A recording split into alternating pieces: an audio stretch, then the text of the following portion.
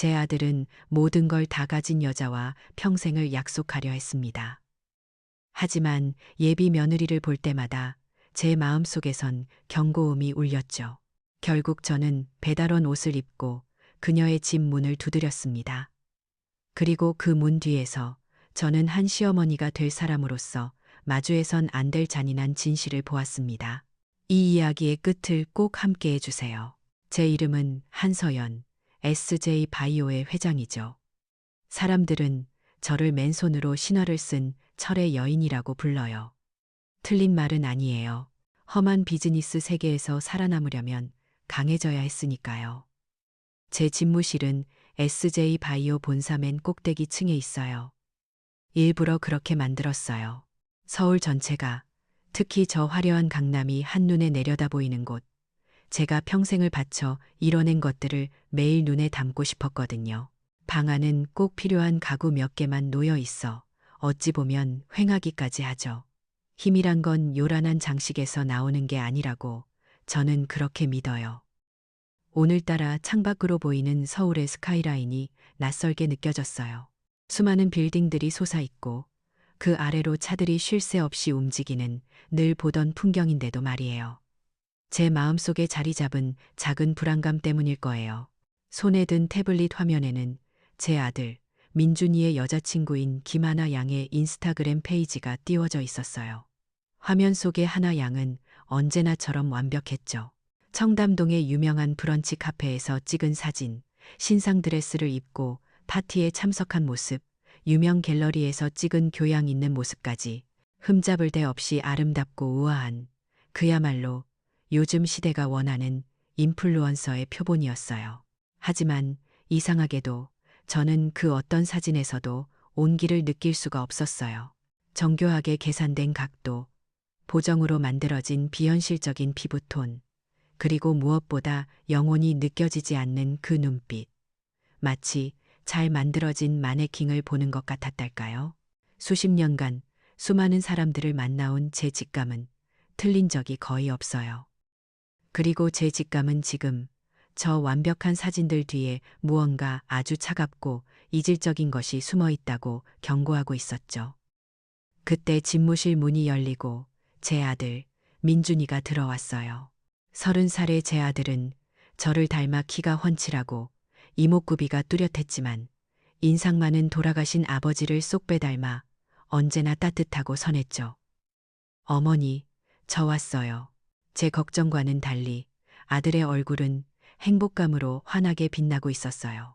제 앞으로 다가와 앉는 아들의 얼굴을 보니 마음이 조금 놓이는가 싶다가도 곧이어 터져 나올 이야기에 다시금 심장이 내려앉는 기분이었어요. 아니나 다를까 아들은 오늘 저녁에 있을 약속 이야기부터 꺼냈어요. 미슐랭 3스타를 받은 한정식 레스토랑, 저녁 8시, 드디어 하나 양을 제게 정식으로 소개하는 자리였죠.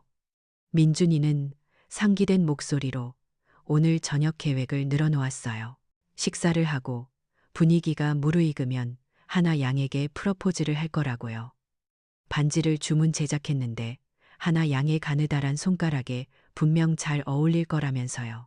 아들의 눈은 꿈을 꾸는 소년처럼 반짝였어요. 아들의 입을 통해 그려지는 하나 양은 그야말로 천사였어요. SJ 바이오의 안주인이 되기에 부족함이 없는 아름답고 교양 있는 더 셀레스티얼 호텔의 외동딸. 민준이는 이 결혼이 우리 SJ 바이오와 더 셀레스티얼 그룹 모두에게 큰 힘이 될 거라고 전략적으로도 아주 올바른 선택이라고 말하더군요. 저는 아들의 말을 가만히 들으며 제 마음속 불안감과 아들이 묘사하는 천사 같은 아가씨 사이에 깊은 간극을 느꼈어요. 우리 민준이는 너무 착하고 사람을 잘 믿어요. 세상 사람들을 언제나 긍정적인 눈으로만 보려고 하죠. 그게 아들의 가장 큰 장점이자 때로는 저를 가장 불안하게 만드는 약점이기도 했어요.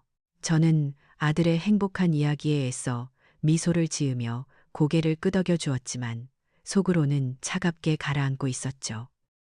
저는 자연스럽게 화제를 돌려 제가 평생 가슴에 새기고 살아온 저만의 철칙에 대해 다시 한번 이야기해 주었어요. 민준아, 사람의 진짜 모습은 자신에게 이익을 가져다 줄 수 없는 사람들을 대하는 태도에서 가장 분명하게 드러나는 법이란다.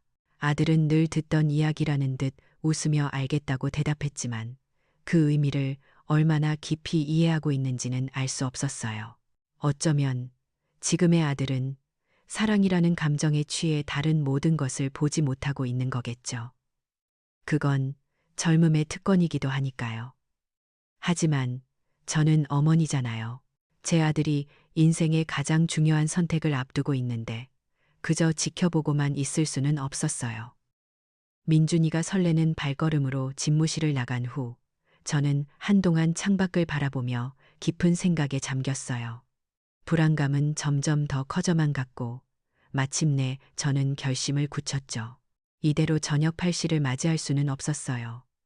제 눈으로 직접 확인해야만 했어요. 김하나라는 아가씨의 가면 뒤에 숨겨진 진짜 얼굴을요. 저는 곧장 제 비서실을 거치지 않고 저와 20년을 함께한 보안팀장에게 직통으로 전화를 걸었어요. 그는 제 목소리만 듣고도 무언가 중요한 일이라는 것을 직감했죠. 저는 짧고 단호하게 지시했어요. 지금 당장 저를 위한 가짜 신분을 하나 만들고 고급 음식 배달 앱에 시간제 배달원으로 등록해달라고요. 제 지시에 보안팀장은 잠시 당황하는 듯했지만 곧바로 제 의도를 파악하고 일사천리로 움직이기 시작했어요. 모든 준비는 단 1시간 만에 끝났어요. 제 책상 위에는 평범한 배달원의 유니폼과 헬멧, 그리고 박영옥이라는 이름이 적힌 가짜 신분증이 놓여 있었죠. 저는 값비싼 정장을 벗고 조금은 낯선 유니폼으로 갈아입었어요. 거울에 비친 제 모습은 영락없는 삶에 지친 중년의 배달원이었죠.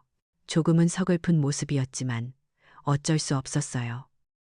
제 아들이 인생을 걸고 끼워주려는 그 반지가 놓일 자리가 과연 진짜 다이아몬드가 어울리는 자리인지 아니면 그저 빛 좋은 유리에 불과한 자리인지 오늘 밤이 오기 전에 제 두 눈으로 똑똑히 확인해야만 했으니까요.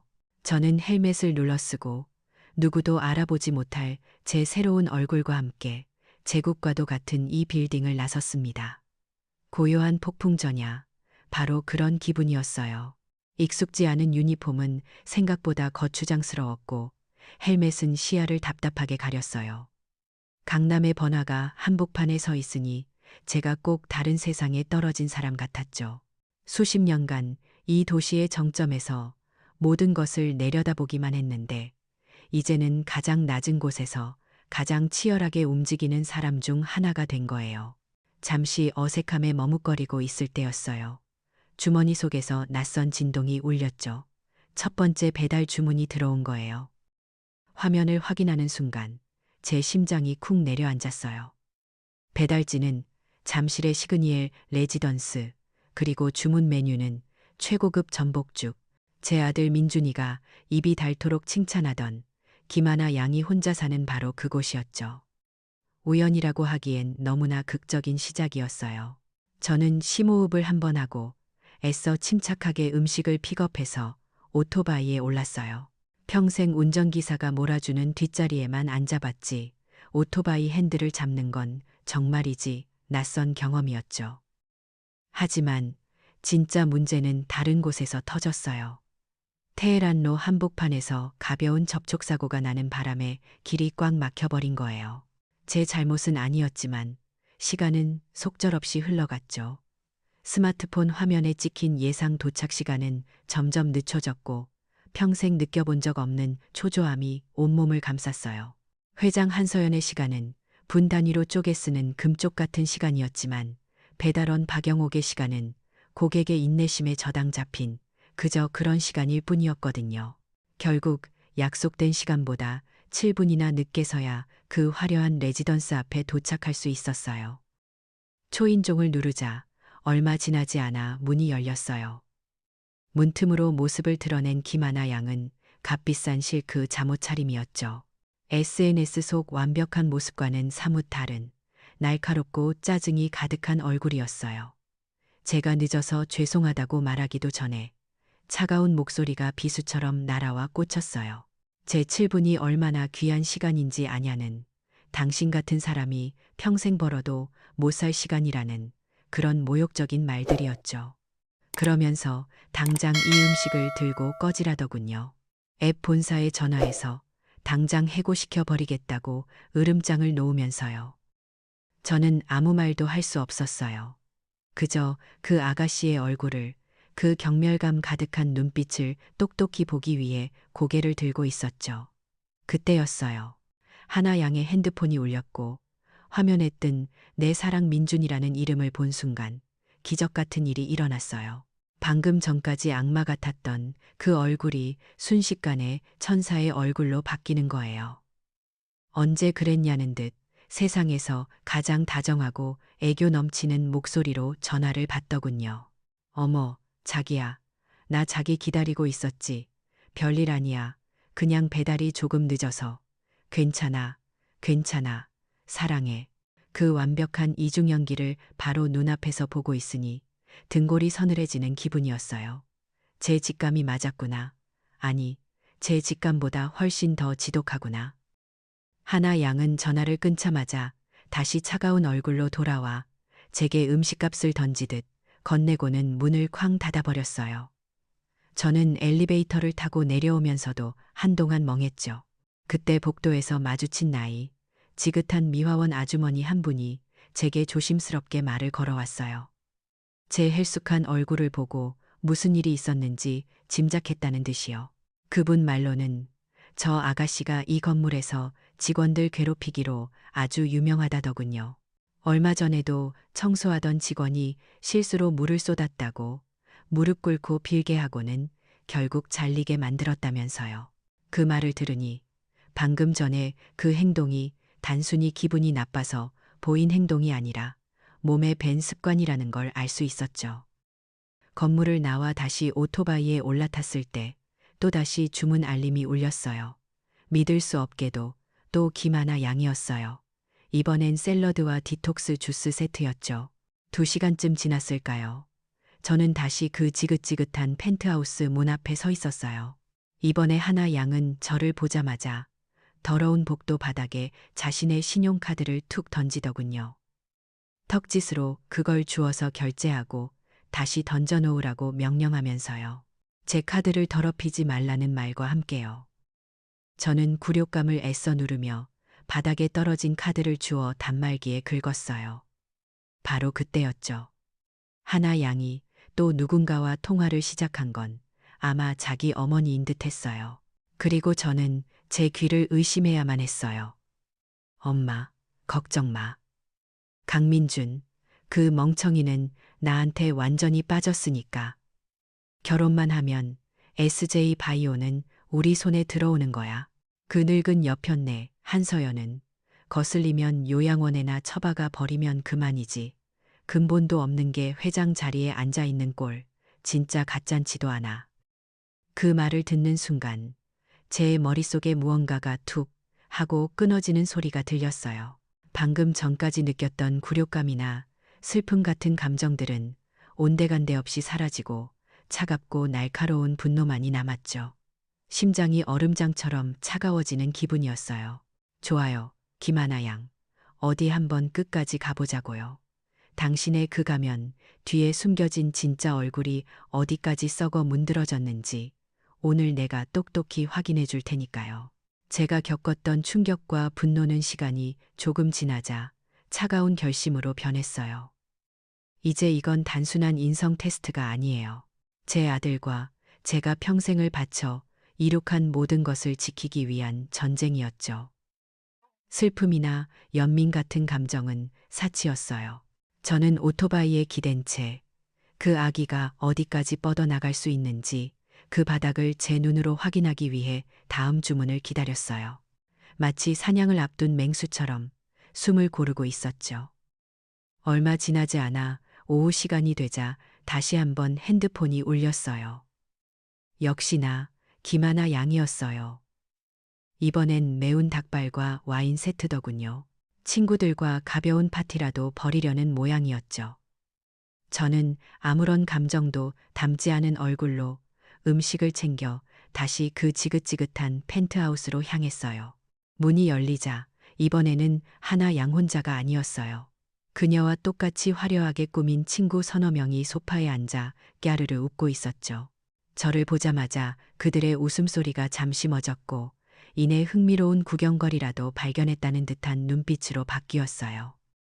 하나 양은 마치 여왕처럼 소파에 기댄 채 턱짓으로 테이블을 가리켰어요. 제가 음식을 내려놓는 그 짧은 순간 거실에 있던 모두가 약속이라도 한 듯 핸드폰을 꺼내 들더군요. 찰칵, 찰칵, 무음 카메라 소리가 들리지 않아도 알 수 있었어요. 그들은 지금 제 모습을, 이 나이든 배달원의 초라한 모습을 찍고 있었던 거예요. 그들의 입가에 걸린 비웃음, 서로를 쳐다보며 나누는 눈빛, 그리고 귓가에 들릴 듯 말 듯 속삭이는 말들. 어머, 진짜 불쌍하다. 우리 엄마보다 나이 많아 보이는데 그 모든 것이 제 심장을 핥히는 것 같았어요. 그때였어요. 하나 양의 친구 중 하나가 지갑에서 구깃구깃한 1,000원짜리 한 장을 꺼내 들더군요. 그리고는 그걸 동그랗게 뭉쳐서 제가 들고 있던 빈 배달 가방 안으로 툭 던졌어요. 마치 자선이라도 베푼다는 듯이요. 그 순간 제 안에 모든 것이 얼어붙는 것 같았어요. 저는 그저 가방 안에 떨어진 구겨진 1,000원짜리 지폐를 말없이 내려다보았어요. 그건 돈이 아니었어요. 제 인격에 대한, 제 삶에 대한 노골적인 모독이었죠. 저는 그걸 줍지 않았어요. 그럴 필요도, 그럴 가치도 없었으니까요. 저는 그저 조용히 몸을 돌려 그 집을 나왔어요. 등 뒤로 그들의 날카로운 웃음소리가 비수처럼 따라와 밝혔죠.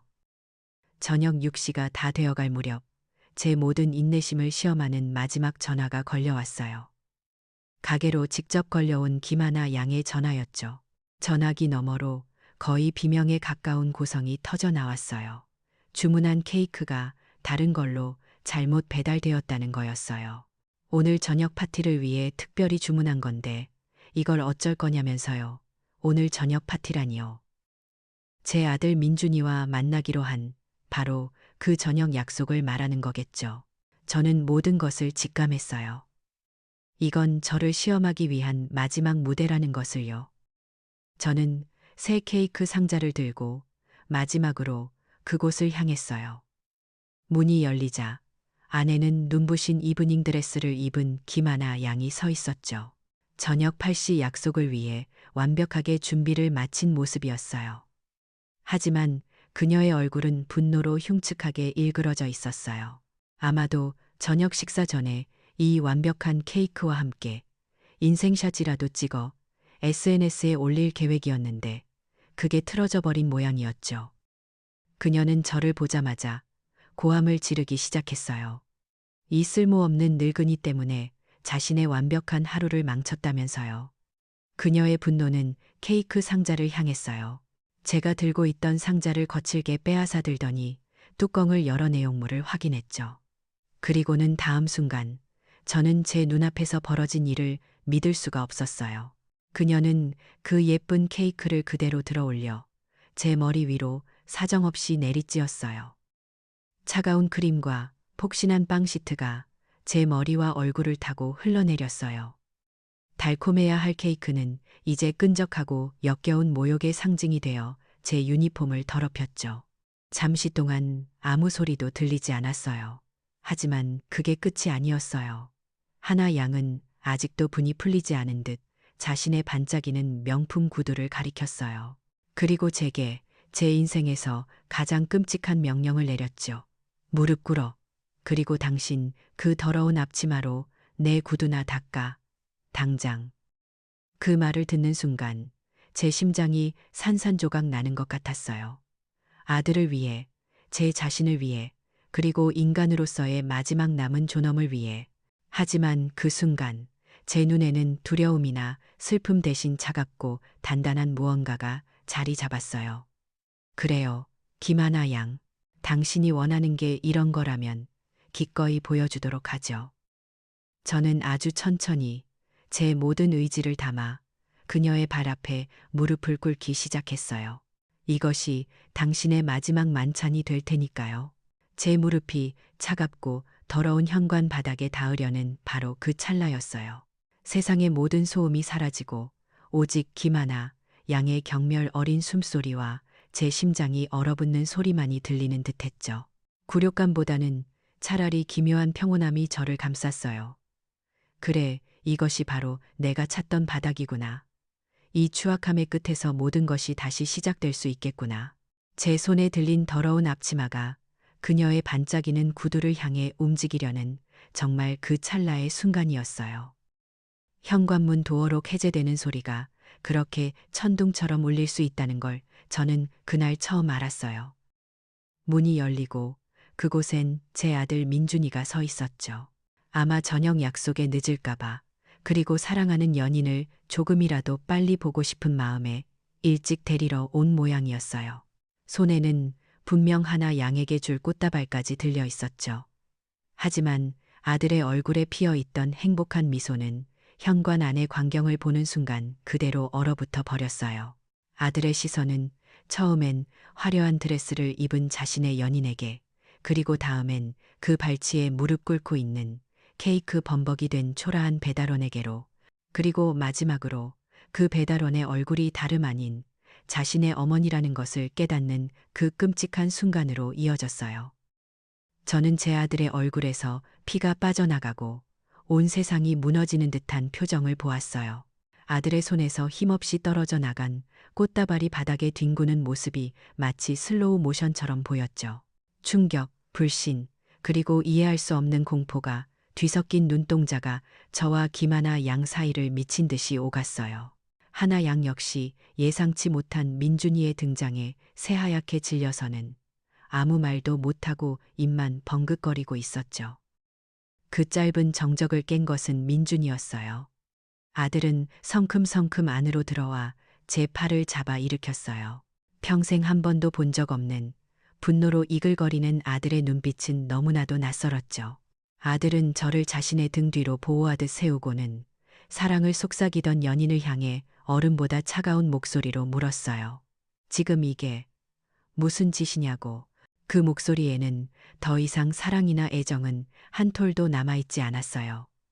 오직 경멸과 혐오감만이 가득했죠. 저는 아무 말 없이 아들의 단단한 등을 바라보았어요. 그리고는 아들의 어깨를 가만히 두드리며 말했죠. 민준아, 괜찮다. 우리 예정대로 식당에는 가야지. 엄마가 옷을 좀 갈아입어야겠구나. 제 목소리는 놀랍도록 차분했어요. 지금 여기서 소리를 지르고 분노를 터뜨리는 건 저들이 원하는 그림일 뿐이니까요.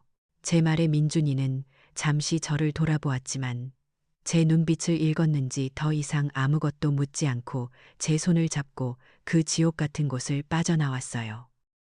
미리 대기시켜둔 제네시스 G90 뒷자리에 오르자마자 민준이는 참아왔던 숨을 터뜨렸어요. 저는 기사에게 미리 준비해둔 호텔 스위트룸으로 가달라고 지시한 뒤 아들에게 오늘 있었던 모든 일을 처음부터 끝까지 이야기해 주었죠. 제가 왜 이런 일을 계획했는지, 그리고 오늘 오후 내내 김하나라는 아가씨에게 어떤 일을 겪었는지.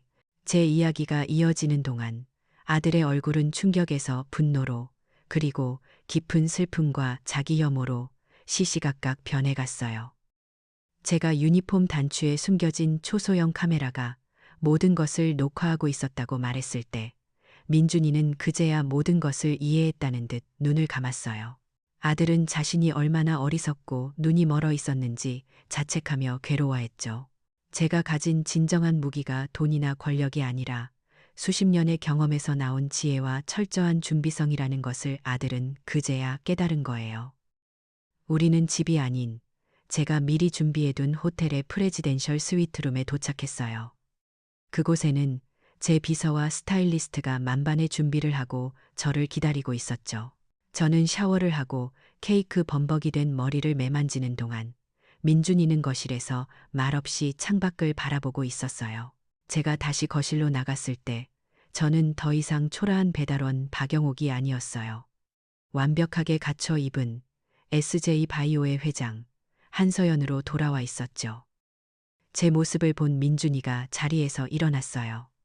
아들의 눈에는 더 이상 혼란이나 슬픔은 보이지 않았어요. 그 자리엔 차가운 결의와 저를 향한 깊은 신뢰만이 남아 있었죠. 우리는 더 이상 많은 말을 나누지 않았어요. 그저 서로의 눈빛을 보며 오늘 저녁 우리가 무엇을 해야 할지 분명히 알고 있었으니까요. 오늘 저녁 식사는 프러포즈를 위한 자리가 아니에요. 한가증스러운 영혼에 대한 가장 우아하고도 철저한 심판의 자리가 될 거예요. 우리는 함께 그 심판의 장소로 향했습니다. 서울의 밤을 가장 화려하게 수놓는다는 미슐랭 3스타 레스토랑 가온. 그곳에 가장 프라이빗한 룸 안은 숨막히는 정적으로 가득 차 있었어요. 최고급 백자로 만들어진 식기들과 은은한 조명, 벽에 걸린 고고한 수묵화까지 이 모든 것이 어색할 정도로 차갑게 느껴졌죠. 제 아들 민준이는 굳은 얼굴로 맞은편의 빈자리를 응시하고 있었고 그 옆에 앉은 김하나 양은 애써 미소를 지으며 아무렇지 않은 척하고 있었지만 불안하게 떨리는 손끝까지는 감추지 못하더군요. 제가 룸의 문을 열고 들어서는 순간 두 사람의 시선이 제게로 향했어요. 하나 양은 저를 보자마자 자리에서 벌떡 일어나 깍듯하게 인사를 했죠. 제가 오늘 오후 내내 보았던 그 오만하고 잔인한 얼굴은 온데간데 없고 예의 바르고 사랑스러운 예비 며느리의 얼굴만이 그 자리에 있었어요. 하지만 이미 그 가면 뒤에 진짜 얼굴을 봐버린 제 눈에는 그 모든 것이 역겨운 위선으로 보일 뿐이었죠. 민준이는 말없이 일어나 제게 의자를 빼주었어요. 그 행동 하나에 아들의 모든 마음이 담겨 있었어요. 어머니, 이제 모든 것을 제게 맡기세요. 하는 듯한 굳건한 신뢰가요. 자리에 앉아 어색한 침묵 속에서 전체 요리가 나오기 시작했어요. 하나 양은 어떻게든 분위기를 풀어보려고 애쓰더군요. 오늘 새로 산 드레스가 어떻냐느니, 요즘 새로 생긴 갤러리가 정말 좋더라느니 하는 영양가 없는 이야기들을 제잘거렸죠. 저는 그저 가벼운 미소로 응대하며 말없이 음식을 입으로 가져갔어요. 제 침묵이 길어질수록 하나 양의 얼굴엔 초조한 기색이 점점 짙어졌어요. 마침내 메인 요리가 나올 때쯤 제가 먼저 입을 열었어요. 제 목소리는 아주 조용하고 나지막했지만 룸 안의 모든 공기를 장악하기에 충분했죠. 오늘 제가 아주 특별한 경험을 했답니다. 제 말에 민준이는 모든 것을 알고 있다는 듯 조용히 수저를 내려놓았고 하나 양은 드디어 대화의 물꼬가 트였다는 생각에 반색하며 제게 시선을 고정했어요. 저는 마치 아주 흥미로운 이야기를 들려주는 사람처럼 제 오늘 하루 일과를 이야기하기 시작했어요. 제가 오늘 한 젊고 아름다운 아가씨를 만났어요. 잠실의 아주 멋진 펜트하우스에 살더군요. 거기까지 말했을 때 하나 양의 얼굴에 걸려있던 미소가 아주 미세하게 굳어지는 것을 놓치지 않았어요. 그런데 그 아가씨가 제게 아주 깊은 가르침을 주었어요. 인간의 7분이라는 시간이 어떤 사람에게는 평생을 바쳐도 벌 수 없는 가치를 지닐 수도 있다는 것을요. 저는 계속해서 말을 이어나갔어요. 그 아가씨가 얼마나 우아하게 신용카드를 바닥에 던져주었는지, 그리고 얼마나 효심이 지극한지, 멀리 계신 어머니와 통화하며 늙은 시어머니 될 사람을 요양원에 보낼 계획까지 세우더라고 아주 차분하게 묘사했죠. 제 이야기가 한마디 한마디 이어질 때마다 하나 양의 얼굴은 하얗게 더 하얗게 질려갔어요. 그녀는 이제 미소는커녕 입술을 파들파들 떨고 있었죠. 그리고 그 아가씨는 인정도 참 많더군요. 저 같은 늙은 배달원이 안쓰러웠는지 친구들과 함께 제 사진을 찍어주기도 하고 심지어는 구겨진 1,000원짜리 지폐를 적선해주기까지 했으니까요. 저는 잠시 말을 멈추고 와인잔을 들어 한 모금 마셨어요. 하지만 그날의 하이라이트는 따로 있었어요. 자신의 완벽한 하루를 망쳤다는 이유로 그 아가씨는 제 머리 위에 아주 달콤한 케이크를 쏟아부어 주었답니다. 그리고는 그만하세요. 마침내 하나 양이 비명처럼 소리쳤어요. 그녀는 자리에서 일어나 저를 노려보며 제가 지금 무슨 말도 안 되는 소설을 쓰고 있는 거냐며 악을 썼죠. 제가 자신을 마음에 들어 하지 않는 건 알겠지만 어떻게 이런 식으로 자신을 모욕할 수 있냐면서요.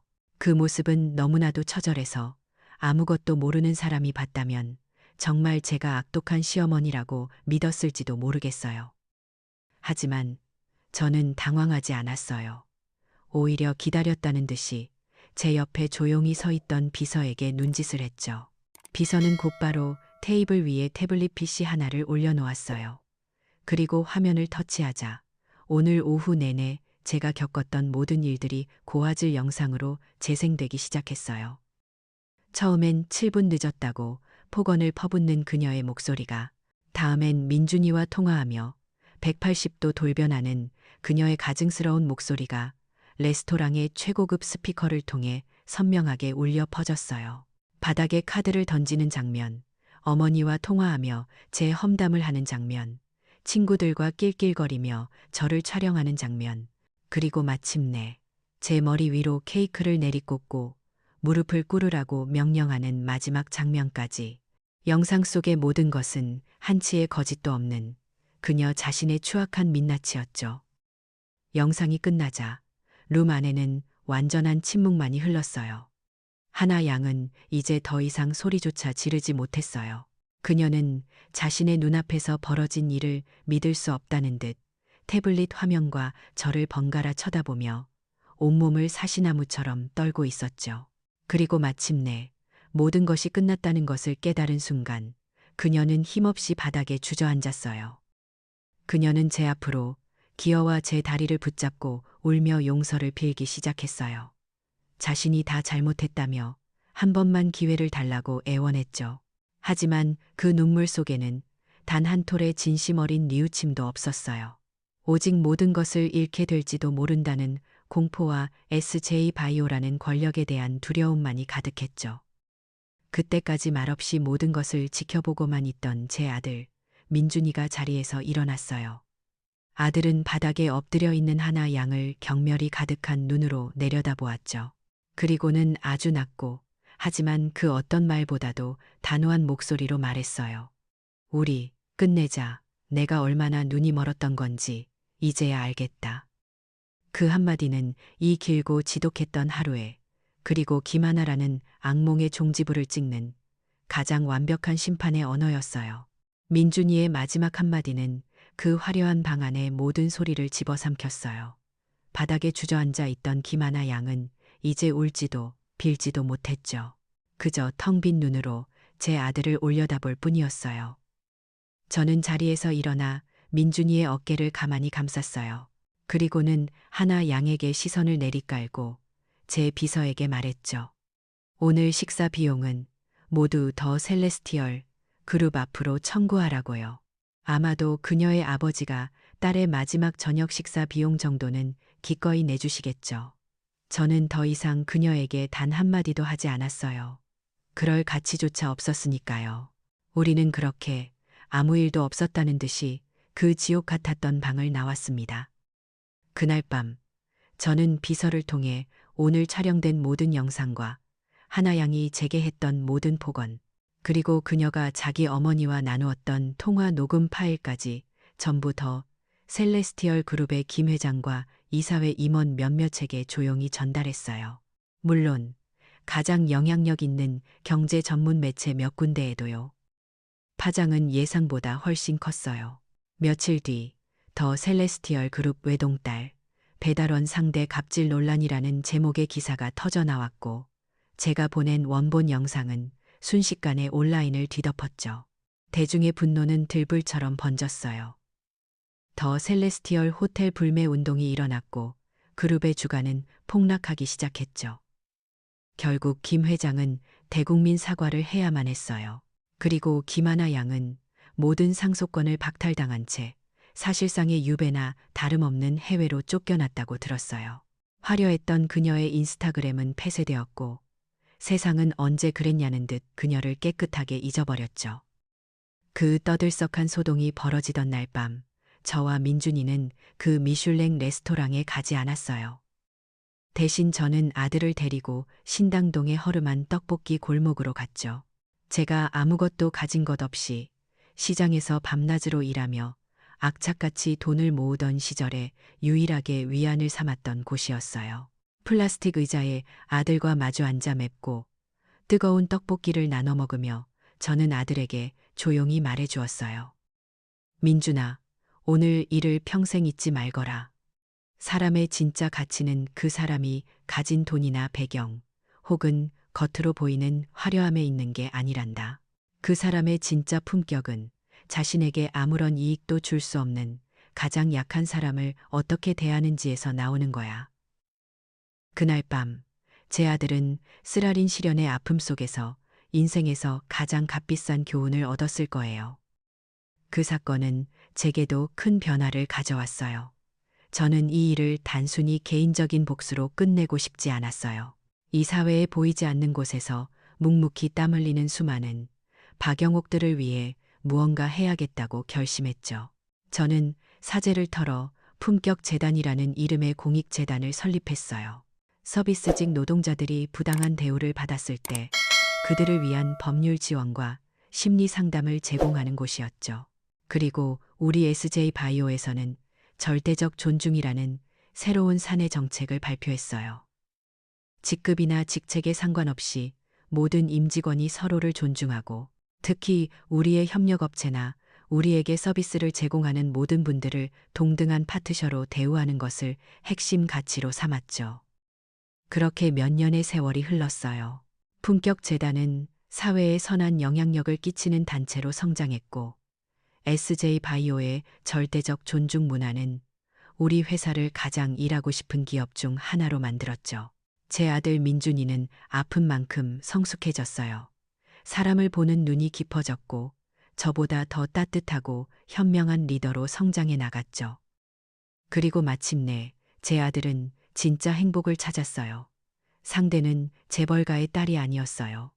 자신의 힘으로 세상에 우뚝 선 재능 있는 젊은 건축가였죠.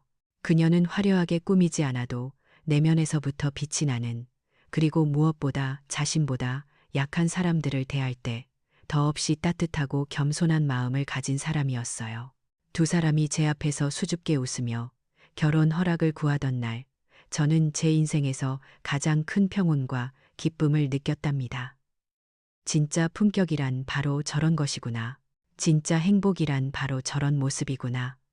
저는 두 사람의 손을 꼭 잡아주며 진심으로 그들의 미래를 축복해 주었어요. 그제야 비로소 그 길고 지독했던 하루가 남긴 상처가 완전히 아물었다는 것을 느낄 수 있었죠. 결국 한 사람의 진짜 가치는 미슐랭 레스토랑의 화려함이 아니라 길모퉁이 떡볶이 가게의 온기 속에서 드러나는 법이죠. 진정한 품격이란 자신에게 아무것도 해줄 수 없는 사람을 대하는 태도에서 시작되니까요.